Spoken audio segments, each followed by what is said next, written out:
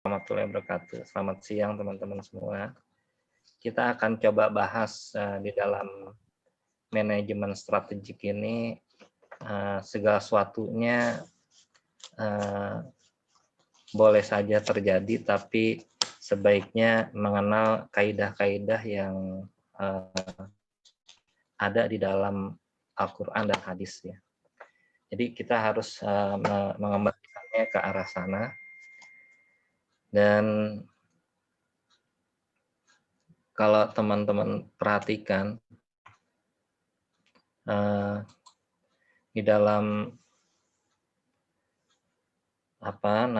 etika ataupun social responsibility yang terkait dengan keberlangsungan atau keberlanjutan, biasanya kita mengenal ada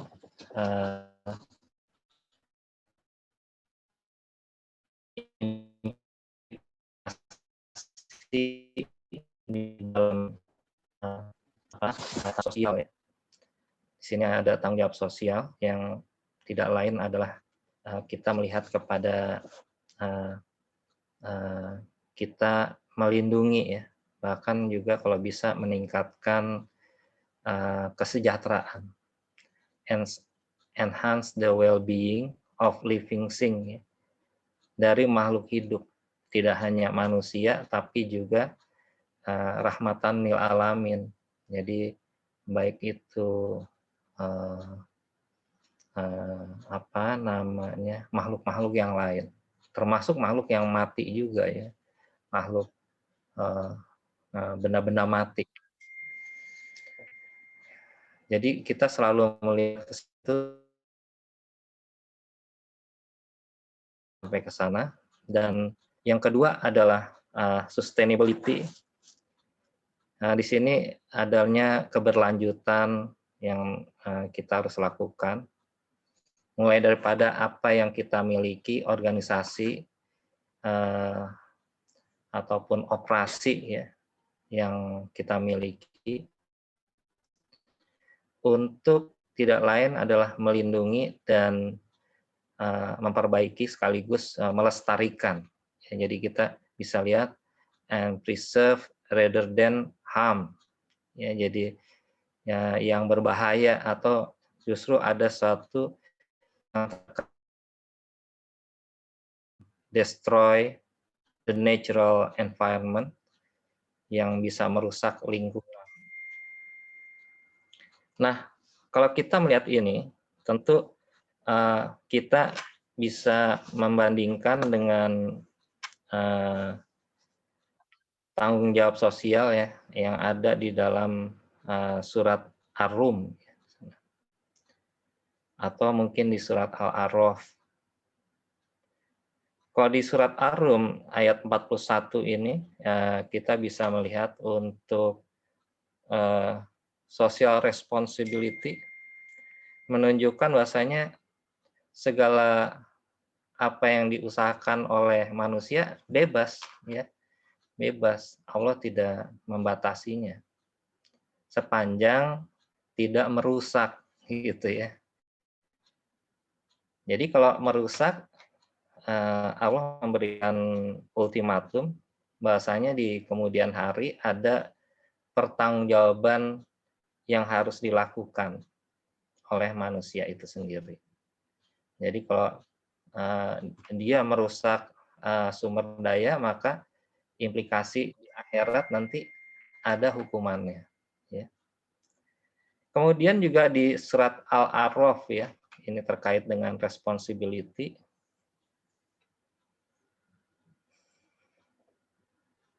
Terkait dengan sustainability ya, itu juga kita bisa lihat di dalam surat Al-A'raf. Al-A'raf untuk sustainability ayat 56 itu ya.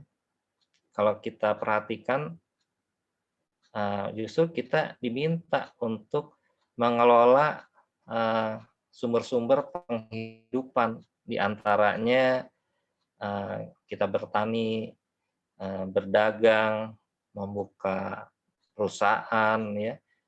Sampai kalau kita perhatikan di sini adalah eh, Allah menundukkan, ya, jadi menundukkan langit dan bumi ini untuk bisa dikelola secara baik oleh manusia, ya. Jadi Allah menundukkan namanya gelombang, ya, gelombang di laut itu untuk apa? Sustainability, untuk keberlanjutan, keberlangsungan umat manusia. Sehingga dengan ombak yang tinggi-tinggi itu ternyata menjadikan manusia bisa bergerak dari satu pulau ke pulau yang lain dan sebagainya. Sustain di sana, bisa hidup di sana. Allah memberikan angin, ya. Allah telah menundukkan angin, gelombang, juga sebetulnya sapi, ya, sapi ditundukkan agar bisa dimanfaatkan oleh umat manusia, ya. Jadi seperti itu. Oleh karenanya kita dilarang untuk melakukan perusakan. Dan strategiknya bahwasanya sebelum manusia ada di dunia, itu kalau kita dengar dari cerita-cerita dinosaurus di mana-mana kan, ya. Nah, pada saat Nabi Adam dan Siti Hawa itu mau turun ke dunia dari surga, itu binatang yang seperti itu sudah dimusnahkan sama Allah, ya. Dengan ada dentuman keras di bumi, dan banyak daripada hewan-hewan prasejarah itu yang mati. Kita bisa bayangkan kalau itu masih hidup. Jadi Allah itu justru sudah memberikan suatu kenyamanan, ya, yang berbahaya, harm and destroy, itu bisa dihindari, ya. Jadi kita bisa melihat ke sana. Yang berikutnya adalah terkait dengan bisnis etik.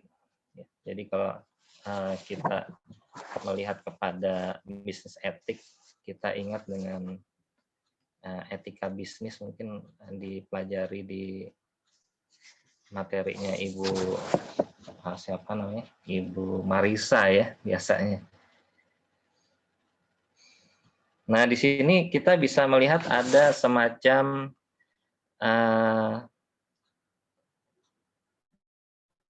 petunjuk dari Allah Subhanahu wa taala di surat An-Nisa, bahwasanya jangan kamu saling memakan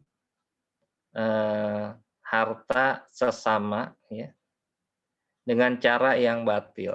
Jadi kita dilarang nih untuk saling menyakiti, saling membohongi, begitu. Kalau mau transaksi dengan dasar suka sama suka, ridho bil ridho, ya, atau antarodin minkum. Jadi kalau kita lihat di sini, kita nggak boleh melakukan satu yang menyakiti orang lain. Begitu orang lain tersakiti, kita minta maaf, apakah langsung sembuh? Belum tentu, ya. Bisa jadi dia menjadi agak sedikit terganggu dan sebagainya. Nah, prinsip perilaku daripada suatu organisasi di dalam memandu pengambilan keputusan dan perilaku biasanya akan melihat kepada etika bisnisnya. Kalau dia suka nyakitin, ya tentu dilihat daripada perilaku pengambilan keputusannya.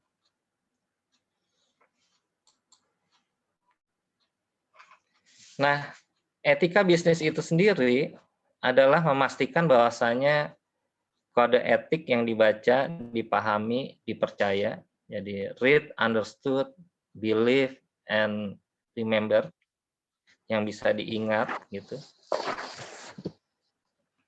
Paling tidak bisa dikatakan diperlukan ya, diperlukan untuk menyadarkan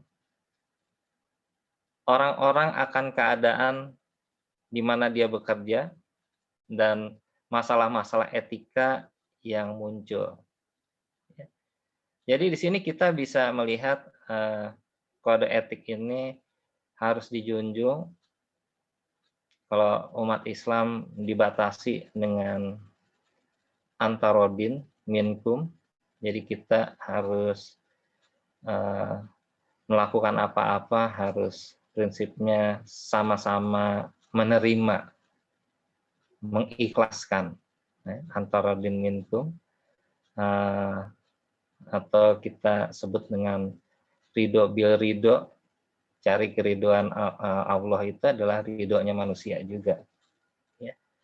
Nah, bagi teman-teman yang masih punya orang tua, ridhonya Allah itu ada pada ridhonya ibu kita. Ya. Jadi hati-hati dengan tingkah kita, jangan sampai sama orang tua berkata ya. Kalau kita pelihara itu, insya Allah hidup kita di kemudian hari akan bagus. Jadi itu salah satu strategi yang kita harus lakukan di dalam menjalani hidup ini. Sebelum bisnis, teman-teman, strateginya adalah mencari ridhonya orang tua, khususnya ibu. Ya. Jadi dan alhamdulillah ya, kita bisa selamat. Bapak apakah punya pengalaman itu? Insya Allah ya. Jadi saya nyatakan itu karena ada doa orang tua. Boleh jadi yang bersaing sama kita adalah orang-orang yang punya kemampuan pikir yang kuat ya, punya kemampuan ilmu yang luar biasa ya. Tapi boleh jadi dengan dia pandai, dia cerdas, dia lupa mencari ridhonya orang tua. Ya, makanya ini salah satu strategi juga untuk kita berbisnis. Ya. Nah, biasanya yang dilakukan juga adalah ada budaya etika juga sebagai whistleblowing. Whistleblowing atau biasa whistleblower gitu. Dia peniup genderang perang ini biasanya. Apakah boleh begitu? Ya. Umumnya sih kita selalu bilang ya udahlah, jangan diikutin ya. Kita kan adalah paling tidak mencari kebaikan atau goodness ya. Birun ya, kebajikan, righteousness atau kebenaran gitu, atau kewajaran atau keseimbangan ya. Bisa jadi kita dapatkan yang kisti atau seimbang, atau mungkin keseimbangan yang penuh dengan rasa di hati sebagai adil ya, adil.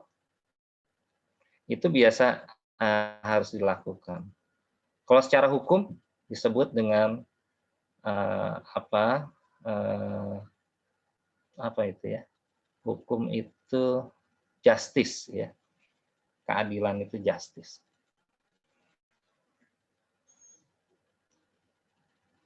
Di sini kita bisa melihat bahwasanya di surat Luqman ya, Luqman ayat 20 gitu.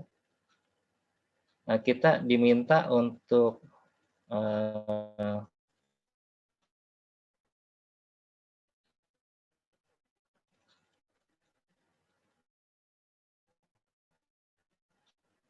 memperhatikan kejadian yang tadi. Sebetulnya alam semesta ini sudah ditundukkan oleh Allah untuk dikelola oleh khalifah di dunia. Siapakah khalifah yang dimaksud adalah umat manusia. Jadi itu ada di surat Luqman 31. Sehingga teman-teman di dalam melakukan bisnis itu bersegeralah bertebaran di muka bumi, jangan khawatir bahwasanya Allah ini sudah menundukkan buat kita, ya. Menundukkan alam semesta ini buat kita, buat teman-teman, "Oh, Pak, tapi saya kurang cerdas." Percaya di situ bahwasanya kalaupun Anda kurang cerdas, tapi Anda termasuk khalifah yang ditunjukkan oleh Allah, ya, melalui surat Luqman ini, ya. Dan jangan khawatir kalau punya rencana bisnis, ya, wah takut-takut nanti mengalami kerugian gitu ya. Tetap ya semangat aja, ingat ayat ini ya, ayat yang ada di surat Luqman ayat 20.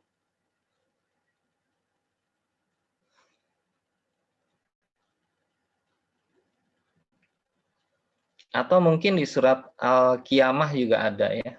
Di surat Al-Qiyamah 36 itu digambarkan bahwasanya kita sebagai khalifah yang bebas. Sebebas-bebasnya tentu teman-teman harus berpegang kepada Al-Quran dan Sunnah. Yang bebasnya banyak, Allah cuma melarang dengan beberapa, ya, diantaranya jangan yang haram, jangan ya, jangan yang haram. Jadi kalau mau makan cuma sedikit kok yang haram, cuma babi, darah kan gitu ya. Tapi banyak benar yang lebih daripada itu yang kita bisa nikmati di dunia ya.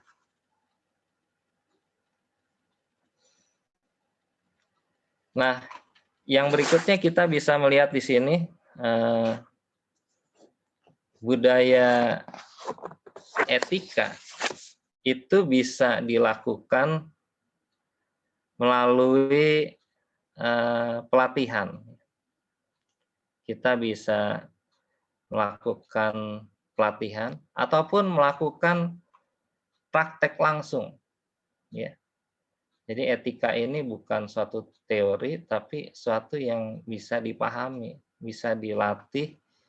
Orang yang nggak punya etika bisa latihan, bisa dipraktekkan, ya, agar apa? Bisa menjadi perilaku yang lebih baik, ya.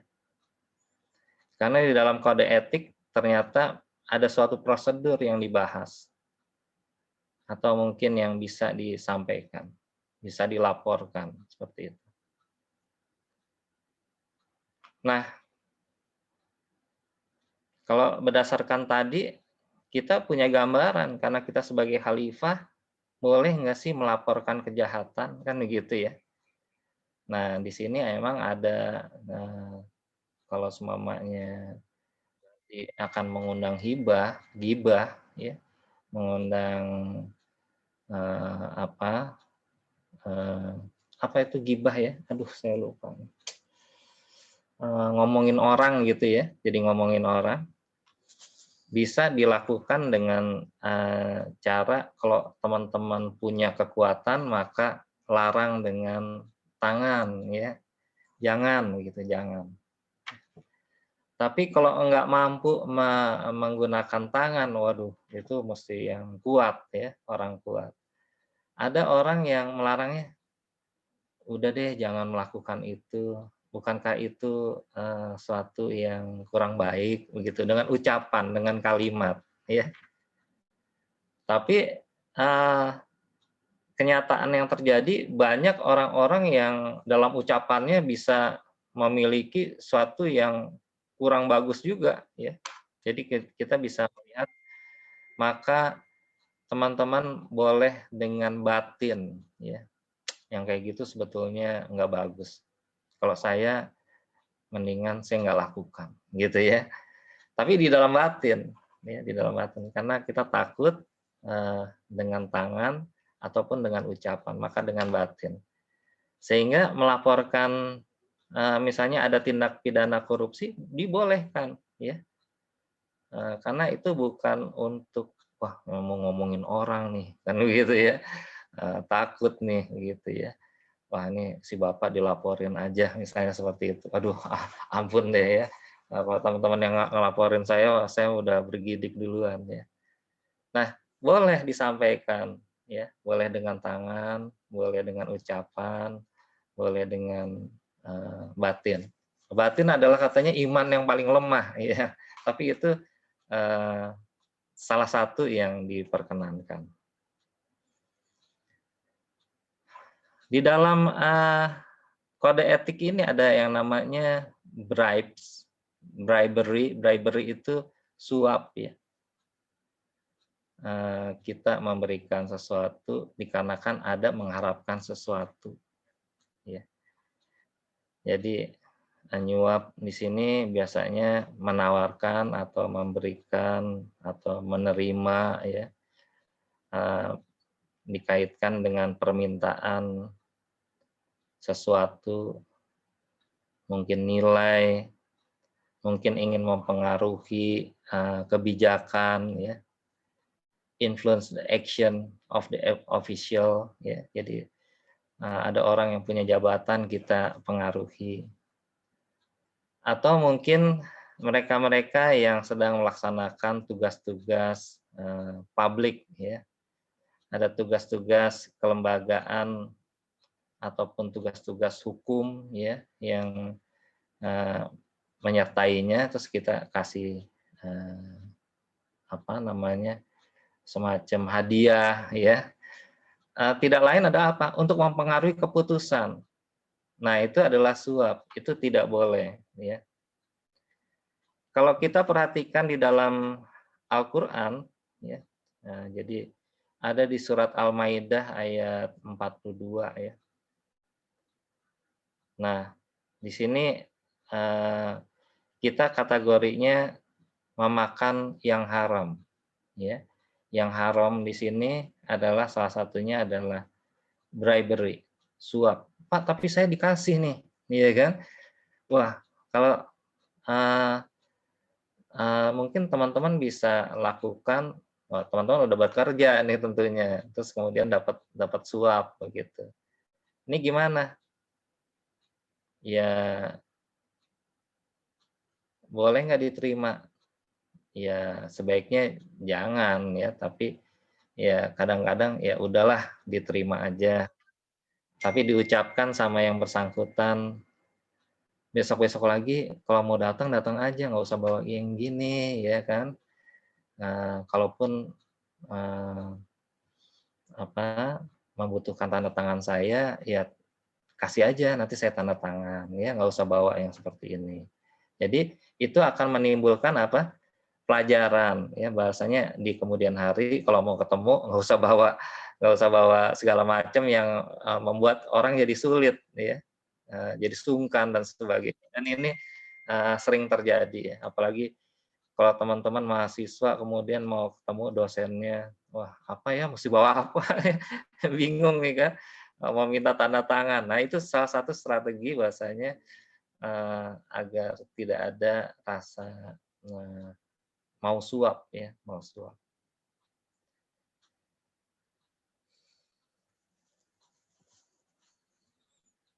Nah kalau sempat diterima juga gimana nih?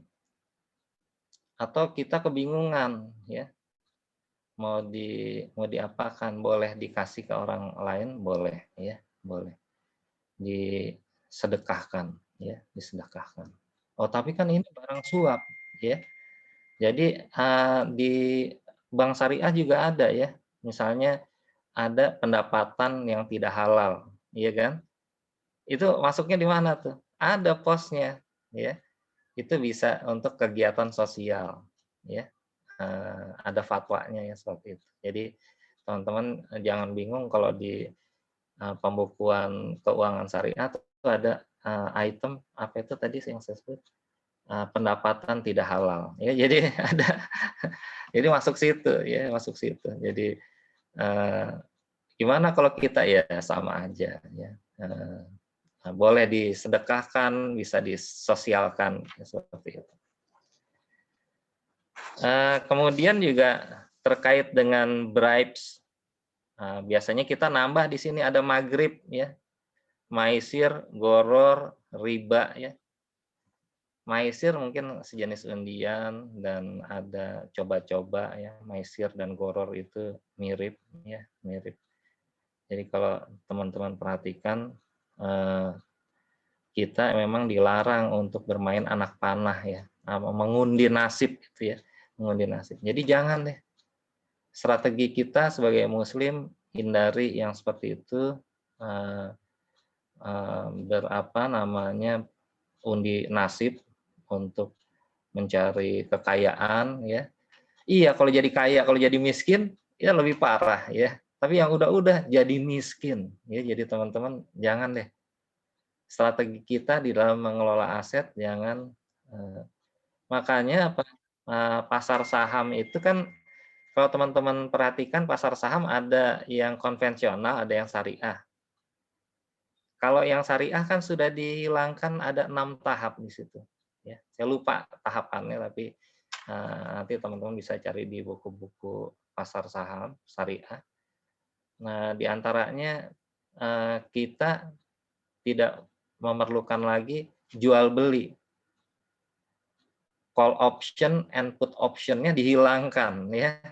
Jadi sekali kita beli udah tenang aja di situ ya. Nah, saham itu biasanya bergerak naik ya, jadi seperti itu. Jadi nggak perlu kita bermain jual pada saat mahal, beli pada saat murah begitu ya. Atau mungkin ada mekanisme lainnya ya yang profit oriented, nggak boleh. Profit maksimum itu di Islam nggak boleh ya. Tapi kalau utility maksimum boleh ya. Jadi teman-teman memberikan kepuasan kepada teman-teman yang lain itu boleh ya, memaksimumkan utility. Makanya Rasulullah menggambarkan bahasanya seseorang itu lebih baik bermanfaat bagi orang lainnya begitu ya. Nah ini yang digambarkan karena kita nggak maximizing profit, tapi adalah memaksimumkan utility, memaksimumkan benefit to others, bermanfaat bagi orang lain gitu.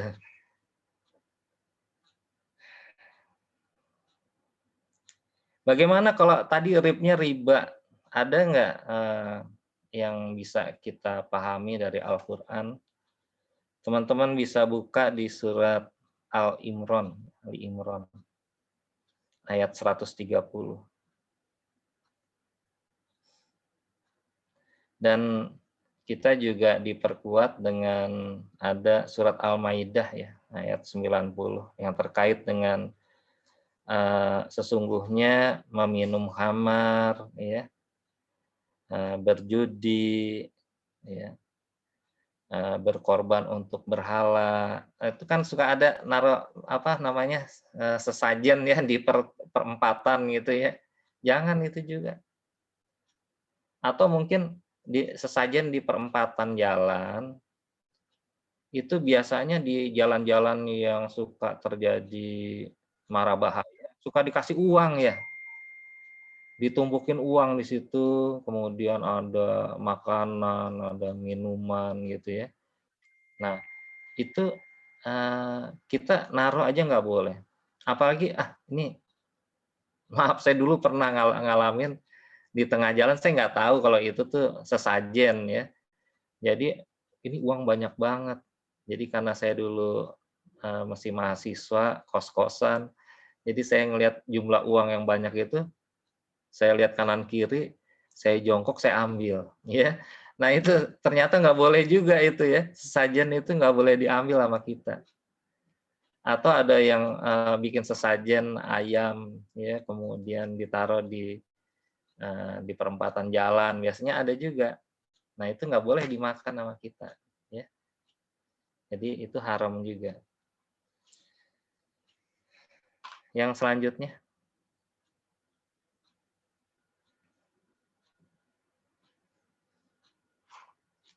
Nah, di sini biasanya untuk bisnis identik dengan remang-remang ya. Jadi, etiknya gimana nih kalau kita mau melakukan transaksi bisnis di daerah yang workplace-nya romance begitu ya, yang remang-remang, yang mengundang apa namanya, eee, apa, hal-hal yang bisa menyebabkan seksual, ini terutama yang ini, sexual harassment ya, eee, ada yang bisa menimbulkan gairah seks atau mungkin pelecehan seksual ya. Jadi itu, sebaiknya bisnis itu kita hindari ya.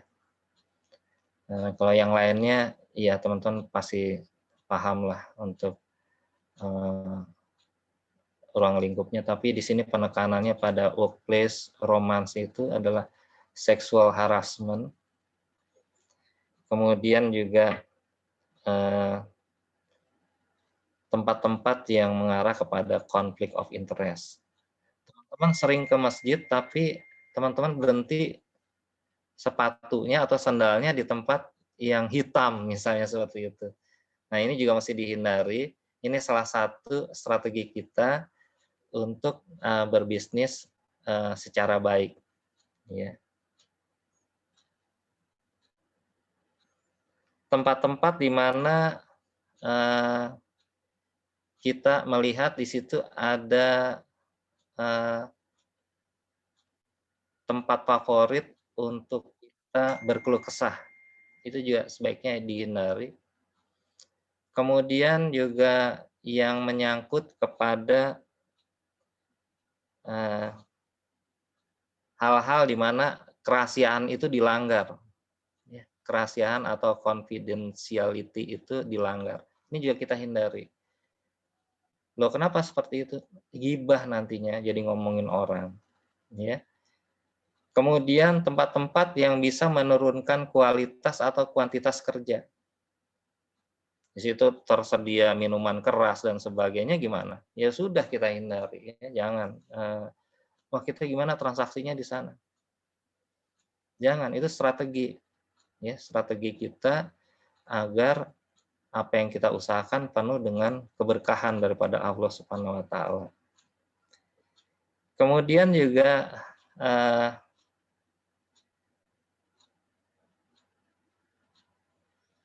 eee, yang bisa menimbulkan suatu, eee, pekerjaan kita menjadi suatu argumen yang tidak produktif ya. Jadi personal argument di mana, "Oh dia rupanya berkomplot sama si Anu." Jadi ada suatu argumen yang membuat seseorang, "Oh itu komplotannya si A, itu kelompoknya si berat itu."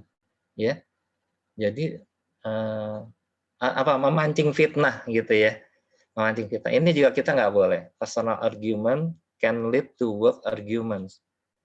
Jadi bisa mengarahkan, "Oh ternyata dia komplotannya," kan gitu ya. "Oh dia golongannya."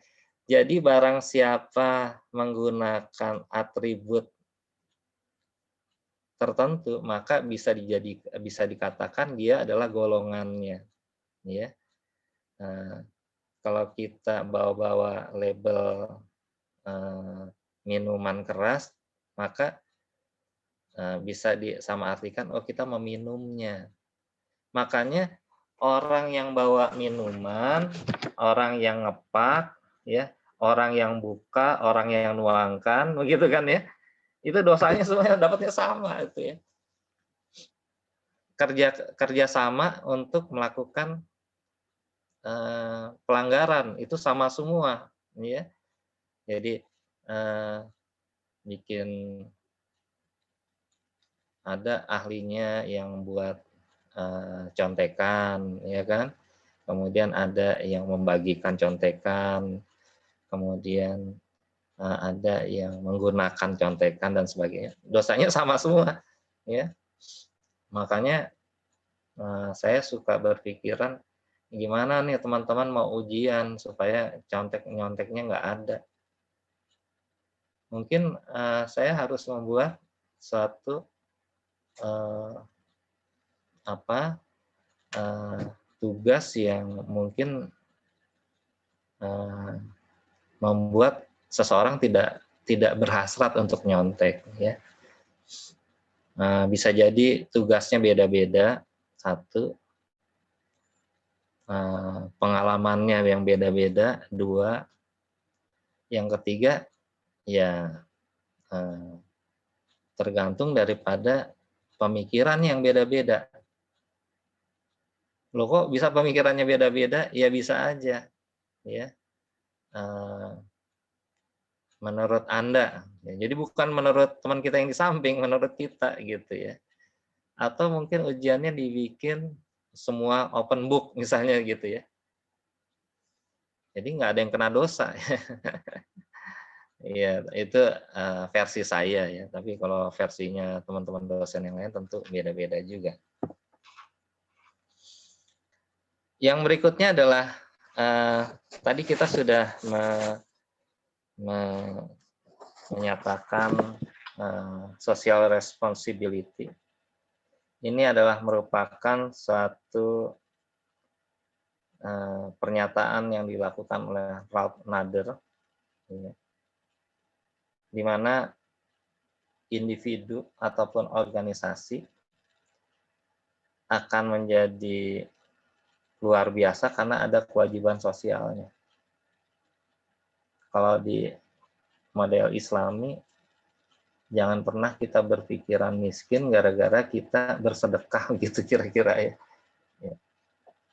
Jadi jangan pernah kita terpikir, wah saya jadi miskin nih gara-gara kemarin ngasih uang uang sedekah ke orang-orang yatim misalnya.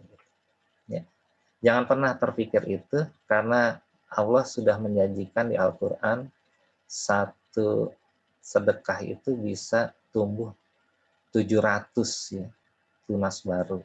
Ya, jadi kita bisa melihat satu diganti dengan 700. Kalau juta, 700 juta ya.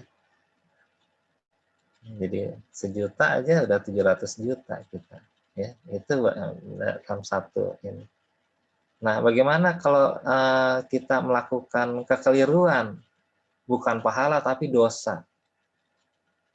Dosanya bisa berjamaah di situ.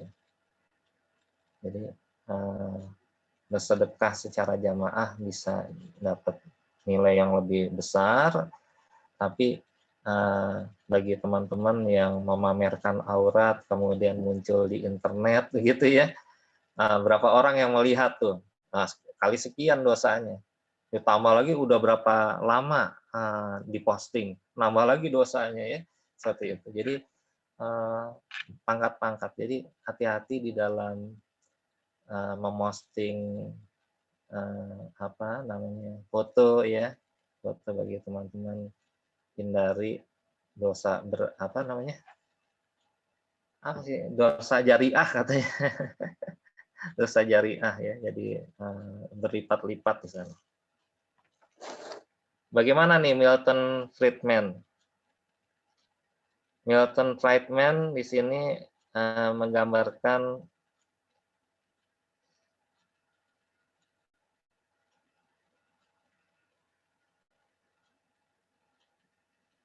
jadi kewajiban daripada apa yang dilakukan masyarakat ya.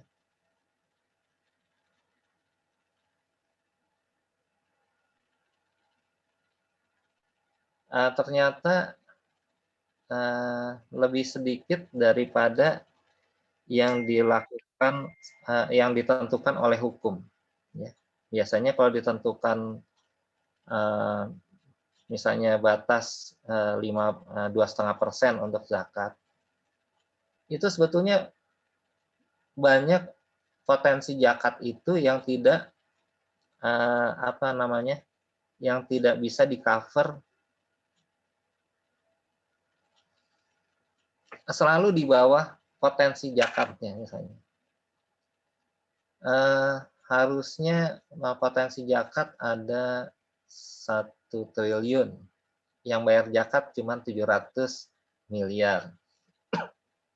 Ya, jadi teman-teman bisa membayangkan di sana kita akan mengalami hal yang seperti itu. Oleh karena itu, di surat Al-Maidah tadi ayat 2, bertolong-tolonganlah kamu dalam kebajikan, tapi jangan tolong-menolong dalam berbuat dosa dan pelanggaran. Ini jadi melakukan plagiat itu juga berbuat dosa. Udah gitu dibela, berbuat dosa juga. Udah gitu diinstitusikan, makin berbuat dosa lagi. Ini jadi ya udah jelas yang umum seperti itu, jangan di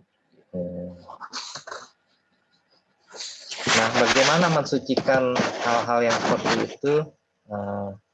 Banyak daripada saran yang ada adalah sucikan harta kita dengan membayar zakat, ya, dengan berzakat, dengan mensucikan asal muasal harta benda kita, dengan kita melakukan penghitungan, ya, penghitungan secara cermat, berapa sebetulnya yang baik dari kita. Itu strateginya. Karena strategi Muslim itu bukan hanya di dunia, tapi strategi hingga ke negeri akhirat.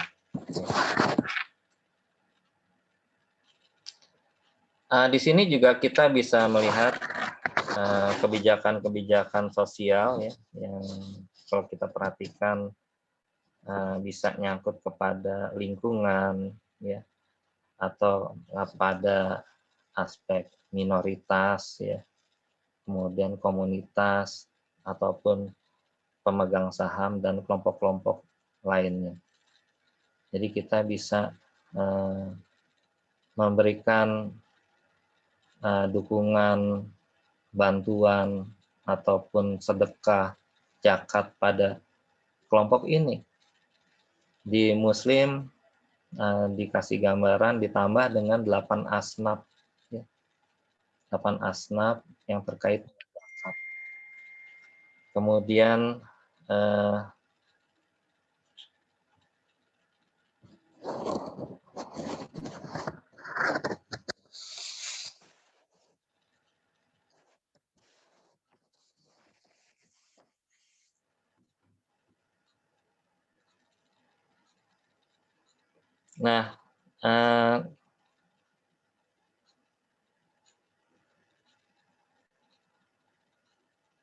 di dalam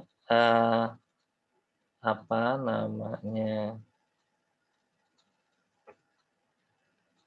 lingkungan yang berkelanjutan ini, tentu kita harus menghindari, kalau di dalam umat manusia, lingkungan manusia, ya, di lingkungan pekerja, konsumen, pemerintah ataupun masyarakat, yang kita harus waspadai adalah hal-hal yang terkait dengan harmful atau berbahaya, dan bagaimana melindungi alam ini, lingkungan ini selamat.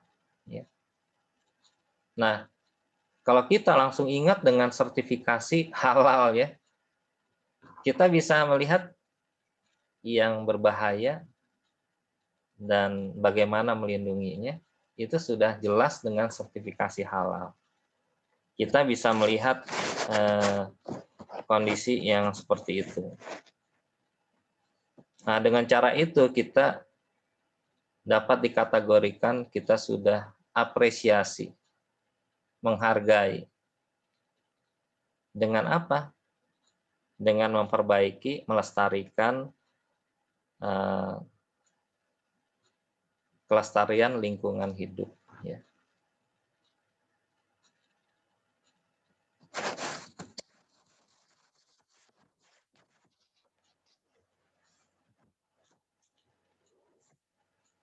Ada beberapa hal yang terkait dengan mengelola lingkungan, khususnya untuk perusahaan. Kalau bisnis Islami secara strategi kita bisa melihat dana kita hijau, ya, dikarenakan apa? Dikarenakan kita tidak menyertakan riba. Loh Pak, riba dengan bagi hasil emang beda-beda, ya. Bagi hasil tidak satu pun akan mengalami penekanan, ya. Tapi kalau riba salah satunya akan tereksploitasi, ya, tertekan ya dikarenakan bunga. Tapi kalau bagi hasil, ada untung kita bagi sama-sama, kalau ada rugi ya kita bagi sama-sama. Berarti tidak ada yang dikalahkan di dalam akad bagi hasil. Tapi kalau dengan apa itu namanya bunga, maka ada yang dikalahkan, ya. Jadi itu. Yang kedua adalah kita bisa mengembangkan atau akuisisi, ya, bisnis hijau. Karena kenapa? Diawali dengan dana yang hijau, kita memilih bisnis yang hijau, yang halal juga. Coba teman-teman masukkan proposal ke bank syariah, Pak, saya mau mengembangkan bisnis, wah bagus banget, tapi bisnis minuman keras. Boleh? Nggak boleh. Apakah teman-teman dapat dana hijau, dana yang halal itu? Tidak juga, ya. Maka kita bisa lihat developing or acquiring green businesses. Jadi dimulai dengan sapu yang bersih, hasilnya akan bersih, akhiri dengan mendapat berkah, ya, seperti itu. Yang berikutnya kita mengenal ada divesting atau melepaskan, atau yang kedua adalah altering, mengubah menjadi bisnis-bisnis yang dari yang kurang bagus menjadi bisnis yang baik, ya. Jadi kita bisa melakukan itu. Biasanya bisnis yang kurang baik, misalnya komoditas, teman-teman punya bisnis tempe misalnya. Boleh bisnis tempe? Boleh. Tapi tempenya dicampur sama zat apa itu namanya? Supaya awet itu. Formalin, ya, dicampur dengan formalin. Nggak boleh, iya kan? Nah, seperti itu.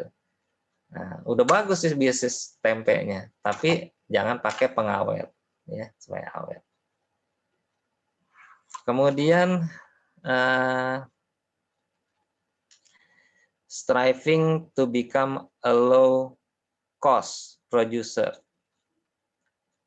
Ya, boleh melakukan bagaimana berproduksi dengan biaya rendah melalui minimalisasi limbah. Oh, ini makin bagus juga, ya, dengan meminimalisasi limbah ataupun konservasi energi atau menyelamatkan energi. Ya, bagus, ya. Ini yang diharapkan daripada bisnis hijau itu. Biayanya rendah, dampaknya menjadi ringan, begitu kan? Juga ramah lingkungan, ya. Banyak menyerap tenaga kerja juga, ya. Nah, ini ada yang bagus juga, ya. Kemudian yang terakhir adalah pursuing the differentiation, mengejar strategi diferensiasi melalui fitur produk hijau. Ya, kita kemas semua yang aman bagi kita, bagi tetangga kita, ya, bagi masyarakat yang ada sekitar kita.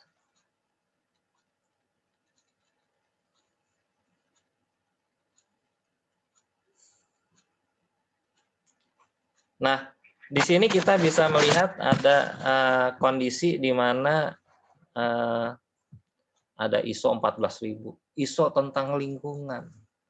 Tapi Muslim juga menghadapi yang namanya halal and halal certification. Di sini harusnya ada halal and halal certification. Jadi kita sudah terbiasa dengan pola tersebut karena minimizes harmful effect, jadi pengaruh yang berbahaya kepada lingkungan. Ya. Dan itulah yang sudah dilakukan, makanya halal certification sudah menyelamatkan dunia, satu. Yang kedua, khususnya negara-negara di sekitar ASEAN, dua. Ya. Yang ketiga adalah strategi ataupun apa yang telah dilakukan Indonesia itu, kalaupun digaungkan oleh negara Thailand, tapi usulan Indonesia yang dapat nama Thailand. Jadi apa itu istilahnya deklarasi Bangkok apa? Bangkok Concord kalau nggak salah. Nah itu sebetulnya apa namanya konsep daripada Indonesia dan sekarang sudah dipakai di banyak negara, bukan hanya ASEAN. Di Amerika juga ada lembaga halalnya dan sebagainya. Ya, jadi ini sudah melindungi kita daripada bahan-bahan yang kurang baik. Yang kedua, bagi negara ASEAN sudah melindungi pasar ASEAN, ya, pasar ASEAN. Nah, adanya di mana sih itu? Adanya kalau di kita halal itu ada di Undang-Undang Nomor 3 2014 ya. Ada jaminan produk halal dengan apa? Dengan sertifikasi produk halal tersebut ya. Jadi teman-teman kalau mau beli barang lihat halal apa enggak ya. Mau beli kue nih. Ini kan halal nih, bisnis nih. Ya silakan aja berpendapat, ya kan. Kalau yang kuat mah dapat sertifikatnya langsung. Ya silahkan aja berpendapat, tapi untuk kita sebaiknya kita kuat saja. Kalau mau beli makanan, minuman, cari yang halal. Oh, itu ada jenis kue tertentu tuh, dia laris. Iya laris pada saat awal, tapi pada saat dia tidak ada sertifikasinya, kenyataannya kalau saya lihat tokonya sekarang udah sepi-sepi aja ya, gitu. Jadi kita punya prinsip kita harus melindungi diri kita dari zat-zat yang kurang baik, termasuk zat-zat yang dikatakan haram, ya, haram bagi kita sebagai Muslim, itu juga. Baik, untuk hari ini saya cukupkan sekian. Mungkin nanti saya akan sampaikan materinya lewat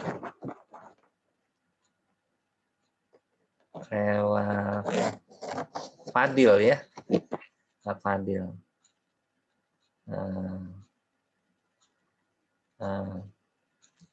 Yang kayaknya semua hadir ya, semua hadir kelihatannya. Saya ucapkan selamat berliburan, karena dengar-dengar besok libur ya, tanggalan ya.